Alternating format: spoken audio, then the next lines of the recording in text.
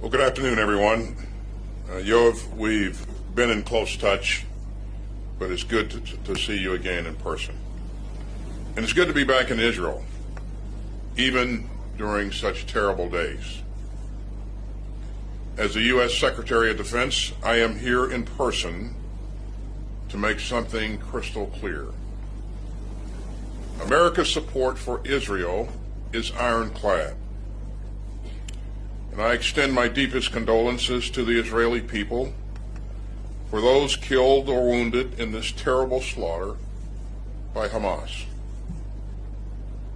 I'm also here in solidarity with all the families still living the waking nightmare of not knowing the fate of their loved ones. And we will continue to coordinate closely with Israel to help secure the release of the innocent men, women, and children in the clutches of Hamas, including American citizens. Now, Israel is a small country, a place where everybody knows everybody. And in times of trial, the intimacy of your society deepens the intimacy of your grief. But that's not a weakness. It is a profound strength. And in times of testing, Israelis know what to do. Over this awful week, we've seen Israeli hotels and homes take in those who've had to flee. We've seen long lineups to donate blood. We've seen WhatsApps explode with messages as people race to support neighbors in anguish. And perhaps because I'm a retired general, I was especially moved by the story of a retired general named Noam T-Bone. His son called him on Saturday from his home near Gaza to say that Hamas terrorists had stormed their kibbutz and were closing in. And the retired general jumped into his car in Tel Aviv and raced toward the combat zone. He linked up with other fighters and rescued his son, his daughter-in-law, and his granddaughters. And when the general arrived at their house, one of his granddaughters just said, "Grandpa's here." And these are rays of hope in a terrible week. And in times like these, sometimes the best thing that a friend can do is just to show up and to get to work. Now, this is no time for neutrality or for false equivalence or for excuses for the inexcusable. There is never any justification for terrorism. And that's especially true after this rampage by Hamas. And anyone who wants lasting peace and security for this region must condemn and isolate Hamas. Hamas does not speak for the Palestinian people or their legitimate hopes for dignity, security, and statehood and peace alongside Israel. As a former commander of Central Command, the deliberate cruelty of Hamas vividly reminds me of ISIS. Bloodthirsty, fanatical, and hateful. And like ISIS, Hamas has nothing to offer but zealotry, bigotry, and death. The world has just witnessed a great evil. The deadliest attack on civilians in the history of the state of Israel, and the bloodiest day in Jewish history since the end of the Holocaust.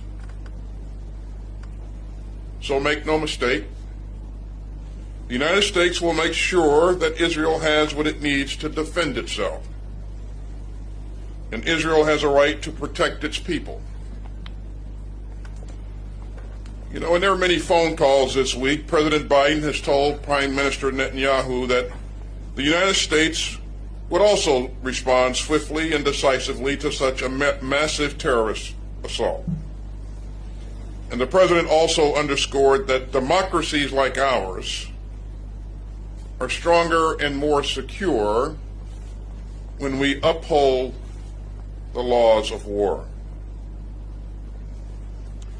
Terrorists like Hamas deliberately target civilians, but democracies don't.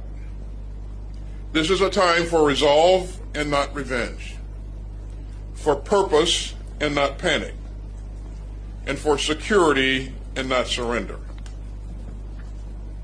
At President Biden's direction, we have moved urgently to respond to this crisis and to send a strong message of deterrence. The USS Gerald R. Ford Carrier Strike Group is now in the region, led by the largest aircraft carrier in the world.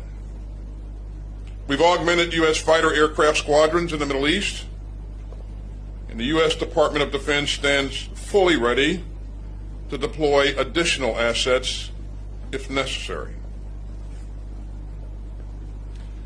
As President Biden has said, for any country, for any group, or anyone thinking about trying to take advantage of this atrocity, to try to widen the conflict or to spill more blood, we have just one word: don't.